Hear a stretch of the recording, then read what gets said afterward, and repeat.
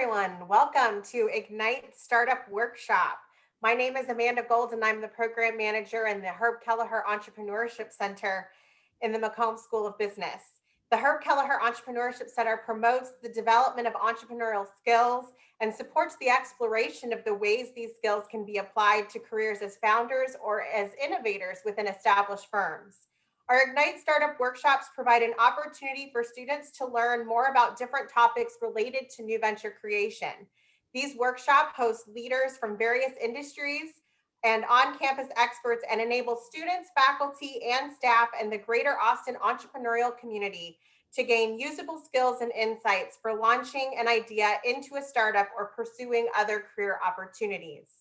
Today, we are excited to welcome Raghunath Rao to discuss developing pricing strategies. Just so our attendees know, towards the end of this workshop, there will be an opportunity to ask questions. You can put your questions in the Q&A box, and I will be reading those towards the end. Raghunath is an associate professor with the McCombs School of Business at the University of Texas at Austin. His research interests include information asymmetry and bounded rationality issues in marketing in relation to substantive topics like pricing, sales management, and innovation, often in the context of durable goods markets. His research has been published in the leading journals like the Journal of Marketing Research, Marketing Science, and the Journal of Marketing. He has been awarded for his work in numerous ways, including the 2014 American Marketing Association Sales SIG Excellence in Research Award, for Best Paper on Sales Management, and the Marketing Science Institute Young Scholar Award. He has been invited to speak at campuses and corporations around the country and the world. Raghunath, thank you so much for joining us today. Thank you, Amanda. Thanks for that warm and wonderful introduction. Welcome, everyone. Let me just start by sharing my screen, and we can start with our today's session. Okay, so I'm going to talk about pricing today. And, you know, I don't really have to convince you that pricing is important. You know, anybody who has any interest in any business endeavor knows that pricing is important. So let me give you, sort of a brief motivation, right? Suppose you are a startup and you are selling a very complicated genome sequencing machine. You know, it is a complicated technology. People might not understand it. People might not fully understand or grasp the benefits of this new and wonderful innovation that you might be trying to sell in the marketplace. But there's one thing that everybody understands, and that is the dollar number associated with it, right?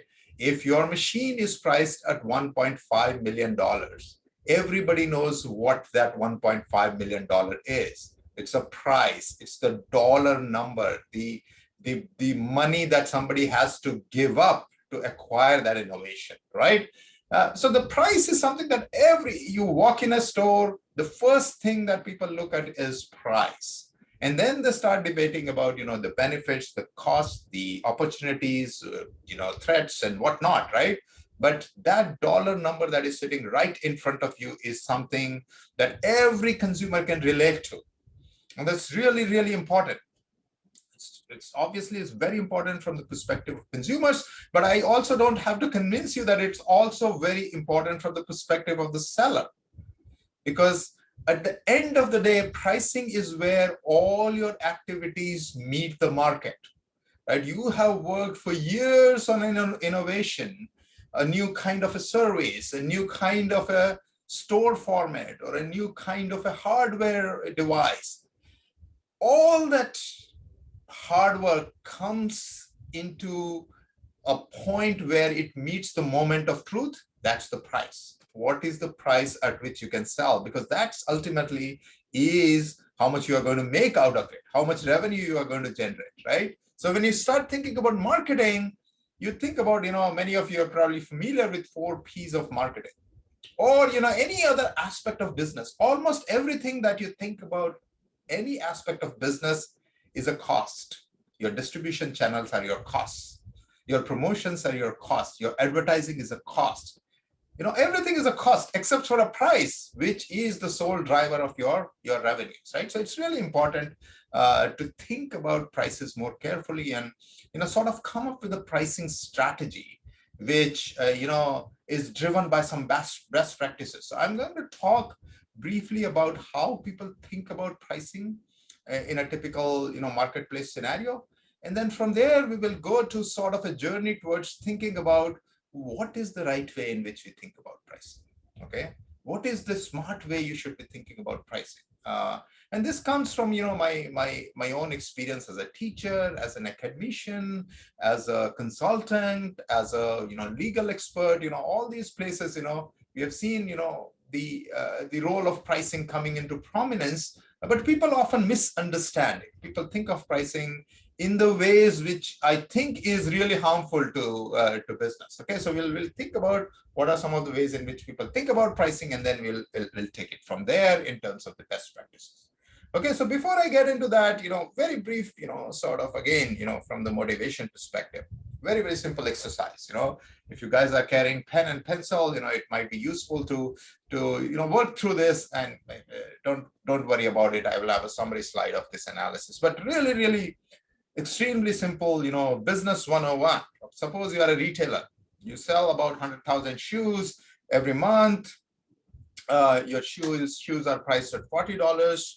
The wholesale price of a pair of shoes is $25, and the fixed cost of running your stores and whatnot is about 500K. Okay. And so very simply, if you think about the profits per month, you have the volume, you have the margin, you multiply, take the costs away from it, you are making about $1 million, right? So that's the way to think about, how we do the cost benefit analysis. Now, here is a sort of exercise to think about this. Okay. So suppose the retailer says, I'm not running my promotions the right way. Okay, I need to reach out to more people. I need to tap into the segments that are hitherto not being tapped. I need to go to the areas where I can sell more. So whatever, you run certain promotions, and via these promotions, all else being equal, you are able to increase your volume by about 1%. Okay. And so very easily, I don't really have to go into the details, but let's call this as sales perspective. Okay. Somehow you figure out ways to sell more. Okay. You have turned a lever, you have increased your volume by about 1%. Okay. And you can very easily calculate what the change in the profit is going to be as a consequence of this thing. Okay. So we'll call that, sales intervention. Okay. The other thing you can think about is you can think it from the ops guy's perspective, which is the operation management guy, the people who are involved in creating more efficient supply chains. Okay, so if you think about that, we can say, well, there are inefficiencies in the supply chain. Okay, and so what we are going to do is we are going to do better negotiations. We are going to, take away these existing inefficiencies. And what, as a consequence of that, I'm going to do is I'm going to have a more efficient supply chain. And one way to think about that is, well, I'm going to sort of, decrease the wholesale price that I have to pay as a consequence of these efficiencies. I drop this wholesale price by 1%. That obviously increases my margin. Okay, and I can go ahead and calculate my percentage change in the profit. So I will call that ops perspective. Okay, so operations perspective. Okay, you sort of create efficiencies in the supply chain. Okay, now the third perspective I'm going to take is what is very common these days, which is the private equity guys. Okay, people come in, buy your company and start burning the shop. Basically, what you're going to do is, I need to bring down the fixed costs. These fixed costs are what are dragging down my profits. So I'm going to bring in here, I'm going to fire employees, I'm going to close the stores, I'm going to, be a lean and mean machine, okay, so as to speak. And of course, that is going to increase your profits because, The fixed cost is a big part of how much you're paying in your cost. Okay, and suppose as a consequence of that, you are more efficient in terms of your management of fixed costs, and the fixed costs go down by 1%. Again, I can calculate the percentage change in profits. Okay, so this is, I'm going to call it private equity perspective. Right, you walk in and I would call it, you try to burn the shop down. Okay, and finally, let's do a smart marketing pricing perspective.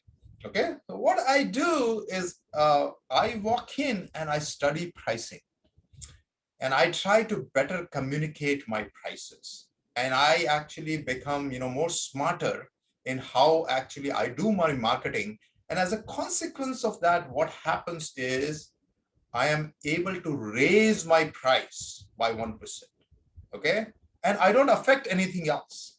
Okay, so I do it smartly. Maybe I do segmented pricing. I do something like a dynamic pricing. When the opportunities are there, I am able to charge a higher price. When the opportunities are low, I'm charging a lower price. But overall, what I do as a consequence of my pricing innovations is that I am able to raise my price by about 1%, keeping all else constant. So this is what I'm going to call a pricing, efficiency gain or something like that. Okay, a pricing guy walks in and tries to sort of manage the pricing in a better way. Okay, so 4 scenarios we looked at.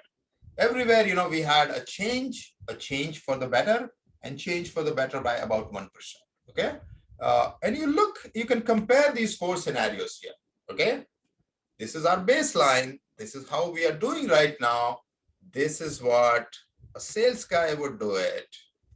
This is what the ops guy would do it. This is what a private equity guy would do it. And this is what a pricing guy would do it. And you can see the gains here, right? The gains are significantly different across different scenarios. Okay, you can see that the gains attributable to your private equity guys via a 1% improvement in efficiencies is about 0.5%. On the other hand, the pricing efficiencies lead to a gain of about 4%, right? The highest among all the possible scenarios that we have considered so far, right?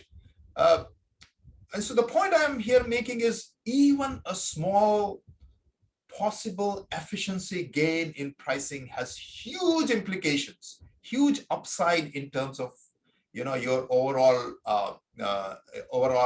gross margins that you could make out of your business. Of course, this is very easy to say. What I have laid out here is I'm saying, well, if you do this, if you make your pricing more efficient, if you somehow become magical in increasing the price and not affect anything else, then this is the efficiency that you are going to realize. Of course, if you do something, if you increase price, just as a brute force exercise, if you increase the price, of course, you're not going to see a gain like this. Because, when price increases, we all know what happens as a consequence of that. Typically, the demand goes down. But still, there are gains to be made if you can increase price in a smarter way and not affect greatly the other levers of your profit equation. There is a significant gain to be made in terms of how much more money you can make as an entrepreneur, as an established company, as a startup, as a nonprofit. There are tremendous amount of gains sitting there which people often don't realize. Pricing is one of the most important decisions that you can take. Pricing is something that takes the least amount of time that managers spend on thinking about. They spend a lot of time thinking about, setting up supply chain, setting up stores, but they typically spend least amount of time thinking about prices, despite the fact that the maximum possible efficiency gains are sitting on the pricing side. Okay. Here is one more very quick sort of overview. Suppose, you take a large US corporation. And again, if you could somehow magically do what I just said, which is that you could increase price by 1% without affecting anything, look at the kinds of gains that a typical American corporation would see in terms of its increase in the profits. Just astoundingly high, right? Of course, if I say that, why is Ford Motor Company not doing it? That's the question, right? The question is, there is a smart way of doing it. And as a firm, as a startup, as an entrepreneur, you need to think about, careful ways in which you can manage your pricing. Okay, very good. So I'm going to now talk about, before I get into pricing, I started this webinar by saying, price is simply something that people have the best understanding of. They might not understand the attributes of a product, but they walk in a store, they know what the price is. But the situation is not that simple in many other scenarios. Even as a seller, sometimes you don't have a good idea of what your price is. Okay, and so here is an example of that. Right? What is a price? When we think about price, what is the price? If you have a catalog of your products, is list price the price? If you are selling to consumers, you have something sitting on the invoice. Is that the price? Or is it the price that somebody actually pays, which is the transaction? Is that the real price? How do we think about price? What is price, right? That is an important thing to think about. All these things that I'm going to talk about pricing, if you don't even know what is price, then these things don't make much sense, right? So let's, the one way to think about this is the following. This is something called a price waterfall analysis. That is, very common among consultants, which is this idea that, ultimate customer might be paying a price. Okay, a seller is selling something and an ultimate customer is paying a price. And that price is what we call an end user price. Somebody, pays certain monetary amount to get access to that service or a product. That's the end user price. But from the seller's perspective, that's not the price, because there are lots and lots of leakages that happen between what an end user pays and what you as a seller realizes as a revenue from that, okay, from that transaction. So from our perspective, what we are going to call a price is what we call a pocket price, which is this very simple idea that at the end of the day, from the perspective of the seller, the price is the price that adds to my ultimate revenue. Everything else is just a leakage. Okay, what a customer pays, if you don't get that price, then that from the seller's perspective is not your price to be thinking about. Your price is the price, the pocket price, what gets inside as a revenue for you as a corporation. So what you really need to do as a first sort of exercise is to map out what a customer pays and what is your pocket price. And when you see a difference between the two, you need to then start figuring out where these leakages are happening. And that understanding is important. And this is what we call a price waterfall analysis. There is a waterfall, and in that waterfall, there are leakages happening across the supply chain. These leakages could be, what are the discounts you're giving to wholesalers? This could be volume discounts. These could be sales commissions that you're paying to people to sell your product, and so on and so forth. All these things are the things that are needed for you to push your product out in the marketplace. So what the end customer pays is important, but at the end of the day, what is important is the pocket price, because that ultimately gives you what your margin is against what you're trying to sell, right? Okay, very good. All right, so again, another thing to really think from the customer's perspective is when customer sees a price, the customer sees something like this. This is the price that a customer sees. So this could be, a customer walks in a car dealership and a customer sees a price of 35K for a car. This is what we call the visible tip of the price. Customer thinks that that is the price. But customers are not paying that price. There are a host of other prices that customers are paying, but they're just greatly affected by this price, which is the visible tip of the, what we call the pricing iceberg. There are a bunch of other things sitting here, okay? there are acquisition costs, there are financing costs, there are holding costs, there are usage costs, there are installation costs, there are resale values, disposal costs, and whatnot. All these are a part of price for a customer. A customer needs to be educated that this visible tip is not all they're paying. If I'm selling a car that is very expensive, but very simple example is that if it gives a very high miles per gallon, right? It has a very high mileage, right? Then that visible tip is not the right comparison to make, right? There are other pricing benefits associated with that transaction for the customer. And the customers, these things are typically hidden from customers. This is your job as an entrepreneur to sort of educate customers about what all they are going to get out of your product and how the price that they're paying is simply a small upfront investment for all kinds of benefits that they might be receiving, right? All right, very good. So what I'm going to do for the next, about 25 minutes we have is I'm going to talk first about how people think about pricing, and then going to talk about, how I would like you guys to think about pricing. Okay, so typically when an organization thinks about pricing, they have three main tactical orientations that they use. And these tactical orientations are the first and the foremost and the most widely used pricing tactic is what is known as cost-driven pricing. An organization spends something to produce something, and that they use as the primary driver of how they should be pricing. Okay, 90% of organizations use this as the tactic, cost-driven pricing. Here is my cost, and I start thinking about what should be my return on that cost. The other approach is, tactical approach is called competition-driven pricing, which is this idea that I look around myself and see how other people are selling in the category. What are their prices? And start comparing, contrasting, and affecting, using that to think about my price, right? That is competitive approach to pricing.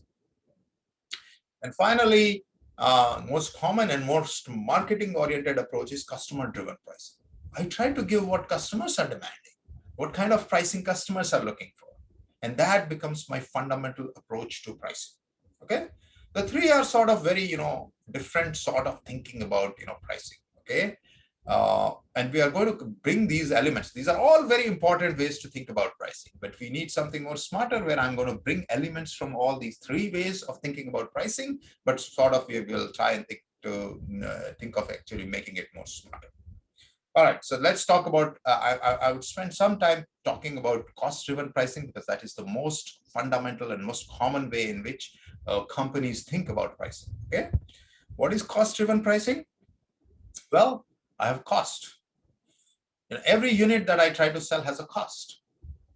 And what I try to do is, okay, my approach is very, very simple. If something costs me $5 to make, I start thinking about what is the fair return on these $5. Okay. So what I start to say is, well, if something costs me $5 to make, 30% is a good return on my investment or my cost. Okay. So I say, well, if it costs me $5, 30% is my fair return. This is how I price my product. Or if 40% is the fair return, this is how I price my product. If 25% is the fair return, this is how I price my product. Okay, very, very simple. It is very popular because it is very, very simple way of thinking about pricing. That, it makes all the sense in the world. That pricing should be driven by, what is the right return on my investment. Okay, and I start thinking about it in this fashion. Okay. Lots and lots of problems with this approach of pricing. So let me talk about that. Okay. Suppose here's a very, very simple example. Suppose I'm thinking about cost-based pricing. So I have to start thinking about, how much I expect to sell. So suppose my expectations is that I'm going to sell 1 million units. Okay. So if each unit costs me $3 to make, This is my expected variable cost. This is my, my factory or whatever, my workforce. This costs me another $3 million. Okay. Administrative overheads are these. And basically then I allocate these to every unit. Okay. And so I see that each unit on average is going to cost me $750. And then I say, well, what is my fair return? I come with some calculations and I say, okay, I'm going to charge $9 because that seems like a reasonable return on my investment. And this is how I start thinking about my pricing, right? Very simple. So I can now calculate my profit. My profits are 9 minus 7.5 multiplied by 1 million units, right? Of course, one immediate problem with this approach is my expected sales are expected sales. They're not actual sales. This is my expectation. If my reality doesn't meet the expectations, all my cost calculations are going to go haywire because I have actually made, per unit fixed costs, administrative costs based on my expectation. But if expectation doesn't meet the reality, my cost-based pricing is going to go into a tizzy, right? It's going to run into lots of problems. So suppose, let's think of a hypothetical scenario. Somebody does that, okay? Comes up with whatever, right? We all make projections. This guy makes the projections and then they price their product at $9. Now, suppose you price that at $9, and suppose the actual revenues are only $750K. Then what happens? Well, you can very clearly see what happens is that I'm going to make zero profits, right? So what is a cost-based pricing guy would do now? The cost-based pricing guy looks at this scenario and says, well,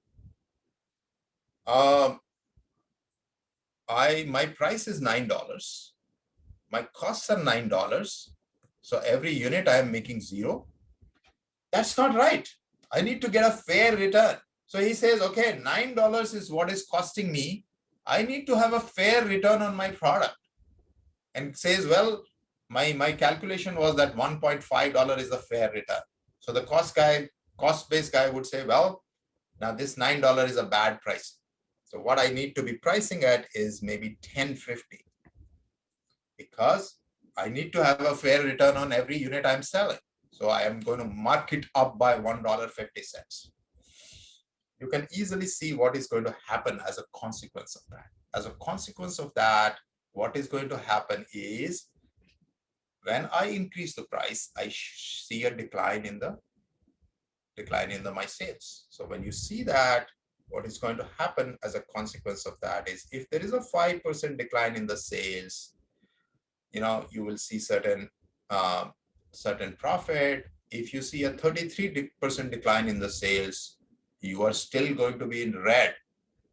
So what you're trying to do is you're chasing a margin, but you might actually get yourself in losses, right? So this is the philosophy behind cost-based pricing, that I need to have certain margin over my costs. And what I'm going to do is I'm going to just pad up my price by that amount and hope for my return. But you can see what is happening here is I'm seeing a potential scenario where actually I might be losing money by actually chasing that kind of an approach, right? So what is happening is the financial implications, on the other hand, could be very different. So a cost-based pricing guy would never think about increasing the price, decreasing the price, because he says, well, I'm not making enough money, so I need to actually increase that margin. And the only way they are going to think about increasing the margin is to increase the price. But sometimes the drop in the price could be answer to your problems, right? So suppose I drop the prices and I see that the sales increase dramatically. Then what I'm seeing is actually an outcome which is putting myself into the black. I am actually making more money now. A cost-based guy never thinks about that. He thinks it's this fashion. They're always thinking in the fashion that the only way to actually get a more return on my price is to increase the price if I'm not making sufficient amount of money on every unit I'm selling.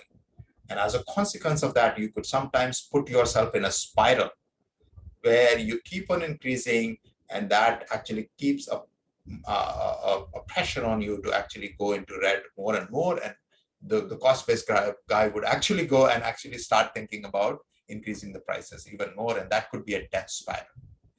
But beyond this, simple calculation, there is another fundamental problem about cost-based pricing. And that fundamental problem is the following. When you walked last time into an HEB or any other store, did you ever thought, what is it that the HEB is paying for these bananas that they are selling? Or what is the Best Buy paying for this camera that they're selling? That is something that consumers don't care much about, or at least don't think much about. And that information is not available to them.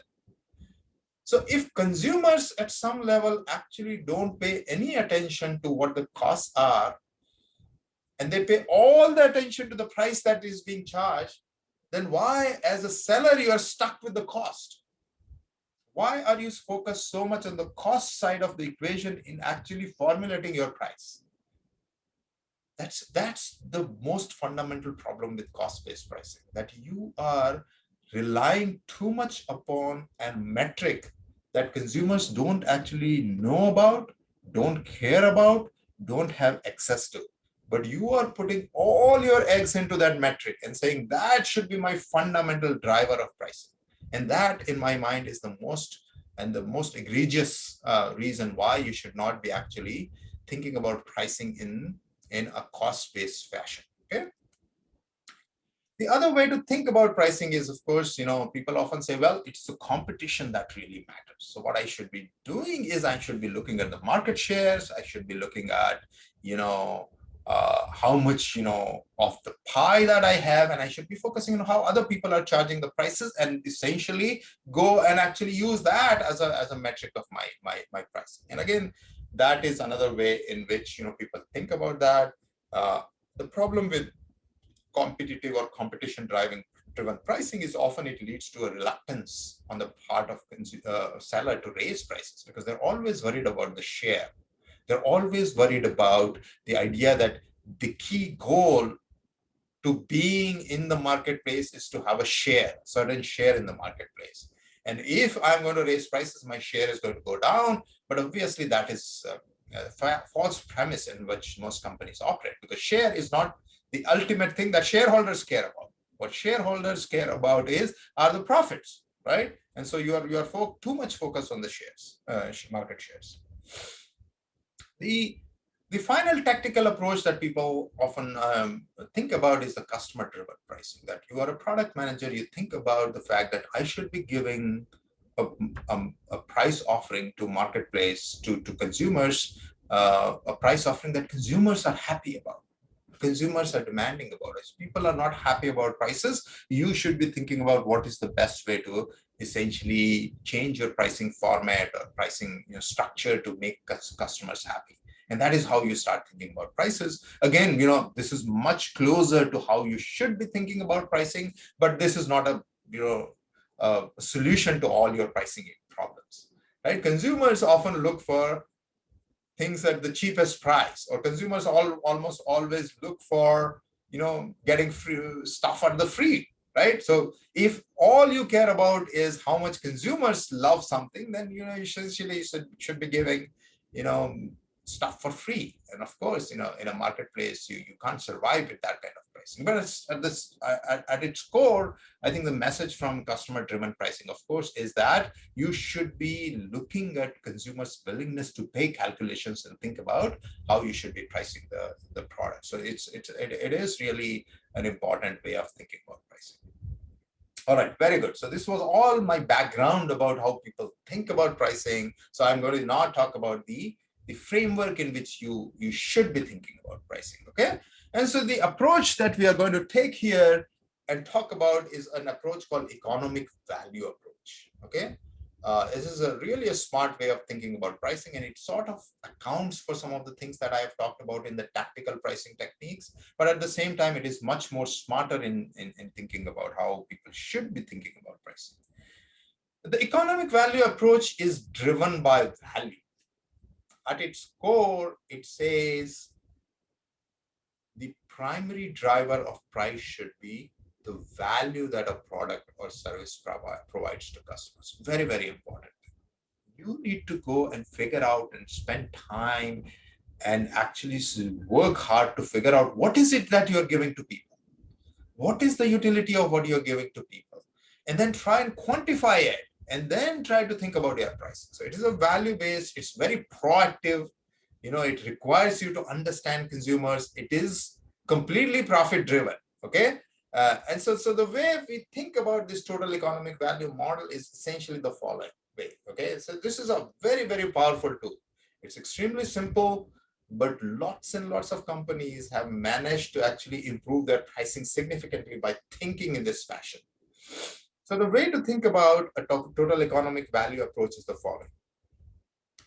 Of course, you should worry about competition in the marketplace. So the first step in the total economic value approach is this idea of what we call the reference value.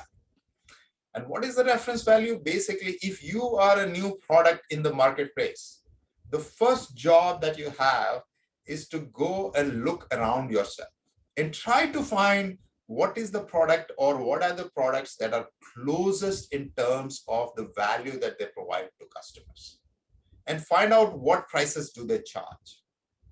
And that becomes your benchmark. That is called the reference value, where you are accounting for competition. Okay, so that's the first step you are going to do. Okay, for simplicity, I'm going to call there is one product that we are going to take into account that is the closest substitute to your product. This is what we are going to call it the benchmark product, and the price of that product would be our reference or the reference value. So that's the step number one. And then what I'm going to do is I'm going to ask myself a set of questions. The first question would be, what are the dimensions on which I am better than this benchmark product? What is it that consumers get out of it, my product, relative to this existing product? Why my, whatever new technical, testing machine that I'm developing, why is it better than the existing product out there? What does it give to consumers? And I'm going to list those things on which I am better than the existing products out there. Similarly, I'm going to create another list where I'm going to say, what are the dimensions on which I'm worse than competition? Not every product, not every new product, not every innovation is better than the existing product out there. Okay, so I'm going to do a listing of positives and negatives, which we call positive differentiations and the negative differentiation drivers. Okay, and then what I'm going to do is I'm going to then start assigning dollar values to these things. So when something is positive, it's not enough to say that this is positive. Positive how?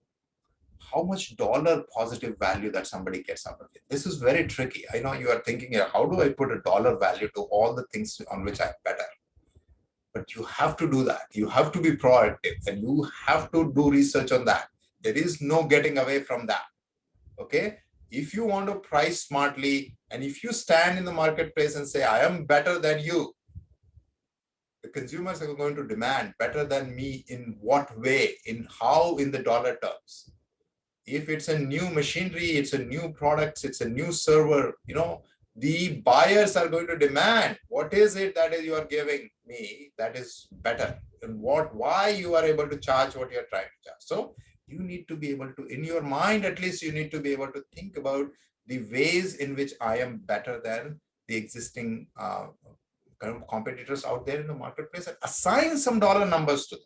Okay, and similarly for the negative differentiation values. Okay, in the consumer products, that value could not just be economic. It could be functional value, it could be experiential value, it could be social value. It's a fancy car. It's a fancy car and it gives me a lot of value because it makes other people jealous of me. If we really have to do scientific pricing, we need to actually research these things and try to get a dollar value of even things that are psychological and social in nature. And we have tools available that allow us to do that. Things like conjoint analysis, simulated scenarios, brand evaluations and whatnot. And there's a plenty of, stuff out there that even allows you to think about even psychological and social elements in monetary terms. Okay, we don't have time to go through these, but I'm just saying that spend enough time to think about even things that you think are not quantifiable. If they provide value, everything should be quantifiable in some fashion. And it's important to think about this. So what we are essentially after is the following. If you are a firm, you are selling something and there is a cost attached to it. So what we are getting here is the price that people are paying, and what it costs is your surplus. Okay. And that surplus comes to you because there is a value associated with what you're selling in the marketplace. And people are willingly buy these things because there is a difference between what you're selling at a certain price and the value that they're perceiving. And it's very important to know that value through some sort of economic value analysis to actually inform your pricing in a smart way. Okay. And sometimes people are perceiving values, but your actual value might be actually even higher than perception. And that's where, you are leaving a lot of money on the table, and you need to learn about the marketing, communicating the benefits, and so on and so forth. That's really, really important. Okay. With little time I have, let me spend a little bit time thinking about one very, very simple example. Okay. To think about this economic value approach. Okay. So suppose you are a new product. Okay. Think about, a new, I don't know, air filtration system, a new server, whatever you might want to think about. And so there is a next best alternative. This is your benchmark. There is an alternative there for a system that costs about $10 per hour to operate, but it is a very reliable system. It can crash with 20% probability. Okay, and it sells at $75,000. Okay, and there is some information given about this product. Okay. And there's information given to you about the costs of a crash. Okay. Now you are trying to come up with you have a new innovation, which has this operating costs, much more reliable, and you have to think about price. How do you start thinking about price?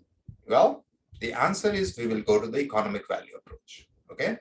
So let me very quickly go through that. Okay. What you do in economic value approach is you start with benchmark, which is the reference value. And what is the reference value here? The reference value here is the price of the closest substitute. What is the positive differentiation value? I am a more reliable product. How much more reliable? The probability of crash is 1%. My competitor can crash at 20% probability. So my reliability is higher by this much. And I can quantify it because each crash costs 100K. Okay. So my positive differentiation value is 19K. So I'm going to add that on the top of that, this 19K. But all is not well with my product. My new product is more costly. Okay. I'm more costly. How much more costly? $5 per hour. So the negative differentiation value is 15 minus 5. This is how much I'm more costlier than the other product. How much more costlier? $10 more. Sorry. 15 minus 10, $5 more costly. And what does that mean? If I'm going to use it for 2,500 hours, there is a negative differentiation value associated with that. Okay. How much is that? That is 12.5K. Okay. So what does this tell me? It tells me that the total economic value is reference value, which is 75K, plus the differentiation value, which is 19 minus 12.5. You do the calculations. What I'm going to get is a total economic value of 81.5K. Okay. And what we are getting is, what does this mean? This means that if I offer my product at this particular price, 81.5K, my product has the same value as the alternative product in the marketplace. So this is not your price. This is your starting point of thinking about the price. Okay. And what you're going to do is now you're going to come up with a price where you can say that you are providing a value to customers. If your price is lower than 81.5K, you can say that I actually provide a value to customers. I can even quantify how much value do I provide, and so on and so forth. Okay. We are just running out of time. What I'm going to do is I'm just going to take one example, okay, and just a couple of minutes, and then we will have Q&A. Okay, so here's an example that everybody can relate to: light bulbs. Okay, in 2013, the cost of a traditional bulb was $1.25 approximately average. An LED bulb that provided the same lumens of night light was about $36. The question is, why would anybody buy an LED bulb? I know many of you know the answer, right? But what we need is a systematic way of thinking about what are the benefits that you're getting from an alternative product that is much more expensive. Okay. And the way we go about doing it is thinking about all the benefits that you get. An LED bulb lasts for 50,000 hours. A traditional bulb lasts for only 1,200 hours. When you are comparing these prices, you are not comparing apples to oranges. You are comparing apples to oranges. You're not comparing apples to apples. Okay. So what we need is basically, this is the price. But what we are seeing is, what we need is basically 50,000 hours of use, how much electricity you are going to consume, because that's how much the LED is going to last. So you have to come up with electricity costs of that. You also need to figure out how many bulbs you will need for the traditional bulb. It is 42 versus 1. The price of the bulbs for the 50,000 hours of use, actually just the price itself is actually more expensive for a traditional bulb, which is $52. It's only $36 for the LED bulb. On the top of that, if I add the electricity costs, what we have is an LED bulb is actually a lot more cheaper than a traditional bulb. And so this is the power of economic value approach. You actually lay down every cost and benefit and basically try to figure out what is the overall value that you're providing to people. And that is going to allow you to think about these things. Okay. And so I'm not going to, given the time we have, I'm not going to go through this, but I will have just one more slide. So the way to think about pricing is basically, we are going to figure out a way to come up with a value. And somewhere between the cost and value is going to be your price. And if you keep your price closer to the value, it provides customers with less incentive to buy. If it is away from the value, there's a more incentive to buy, and you can see where your margin is, and so on and so forth. Okay, so I'm just going to stop here, and I am going to take some questions. I know some of these slides we had to rush through, but I hope you have gotten the idea of what I'm trying to convey here. Thank you very much. All right, we have a few questions in our Q&A box. The first one, what are some practical steps you could recommend to quantify a value for a brand new product? Right. So very good question. And as I said, the first and the foremost principle is the following. Suppose you are in the domain of B2B marketing. Okay.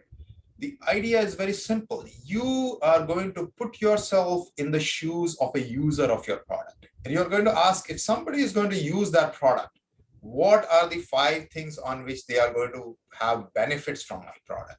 So if it is a hospital that is going to use a new CT scan machine, you have to figure out how many hospitalization days it is going to save as a consequence of a higher efficiency. What are the costs associated with that? And you come up with a dollar number. Similarly, if it is a new drug, again, it is going to, save on, delivery costs.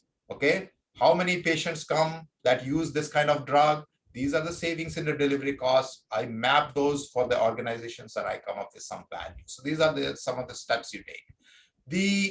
The area of consumer goods is more tricky, right? Consumers are not doing these calculations all the time, but there are practical tools available in consumer markets like, conjoint analysis, simulated scenarios, focus groups, and so on and so forth, where you can actually try and come up with these values at a very individual consumer level.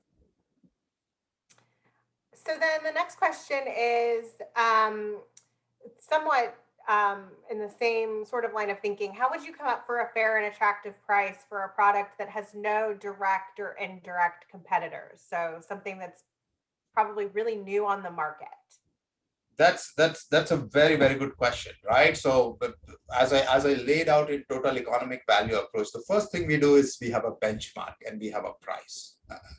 It's a very good question, but I want to emphasize that there is really a no true to new to the world product out there. So suppose you are Uber and you think Uber is the newest way of transportation. But Uber has a competition out there in the marketplace. There are buses, there are taxis.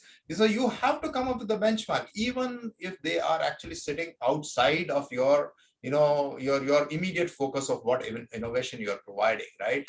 If you're a satellite radio, there are other competitors out there in the marketplace. They might not seem like your direct competitors, but in terms of what they provide to consumers, they are actually fulfilling some needs, and you have to think at those competitors, right? So when something like Coca-Cola entered India, there were very few cola products, but Coca-Cola really had to think through this: what is our direct competitor? And the direct competitor in their mind was water.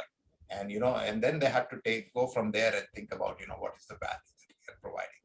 Okay? That's great. How might you increase price and customer volume simultaneously in order to maximize your profit? That's a great question. The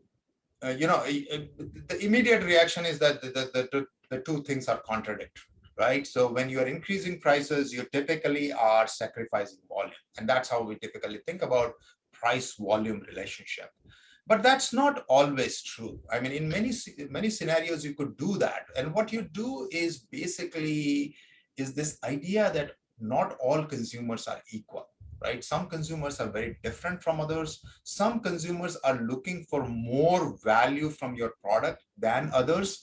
And you can essentially target higher value consumers with more value enhancing propositions. And as a consequence of what you do is you actually make your product appealing to a broader base of consumers, and to the people to whom you are providing a higher value, you are also able to charge a higher price. So in many cases, when you do that, there is a smart way in which you can do both the things at the same time.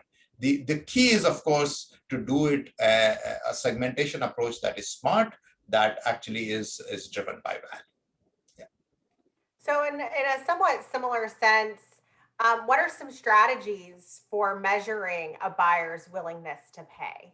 Right. So that's what we do. When I teach a semester-long course on pricing, this is the trickiest thing, right? So essentially, the idea that the willingness to pay is the gold standard we are all after, right? At the end of the day, if I can figure out how much people value something, I can actually smartly price my product, right?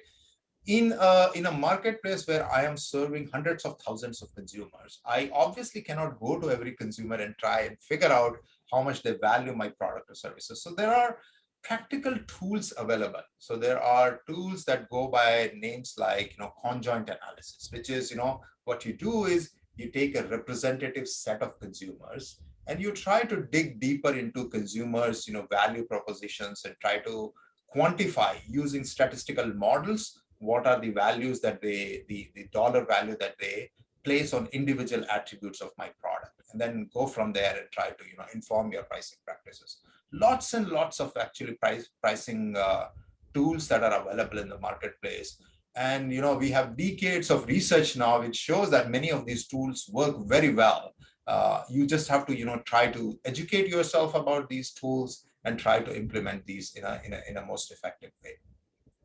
Absolutely. So, to wrap up, there's a question about any books, additional resources you might recommend to learn more about EV pricing approach, or I would also say, just in general, students wanting to learn a little bit more about pricing. They're not business students. What are some resources you might recommend for them to further their knowledge? Uh, so great question. There are tons of resources available. You know, one place I would say is, Harvard Business School has a module on pricing. I don't think it's a very expensive resource, maybe, $50, $60, you can get access to that specific module, which actually covers this economic value approach in great detail. They also have some exercises that people can do and familiarize themselves with the approach. There are lots and lots of books out there. One of the book that I would recommend is, I would just go back to my slides. I have made a reference to that. That is one of the pretty standard textbook on thinking about pricing. So here is, sorry about there's a book called Power Pricing by Dolan and Simonson. It's a little bit old textbook, but I still think that it has pretty intuitive and practical approach to thinking about economic value approach. There are other books available as well. If you guys want to send an email to me, if anybody's struggling, my website has my email. I will be happy to point out to more resources to you guys. But these are a couple of resources that I would recommend for sure. Well, this has been wonderful. Thank you for joining us today. And thank you to our attendees for joining us. I hope everyone has a good rest of the day. I hope all of you will join us at some of our future events. And Raghunath, as I said, this has been incredibly helpful. Thank you for giving some of your time to our students, faculty, staff, and community members to learn more about pricing. Thank you very much. Thank you. And I wish you all a happy day ahead. Thank you.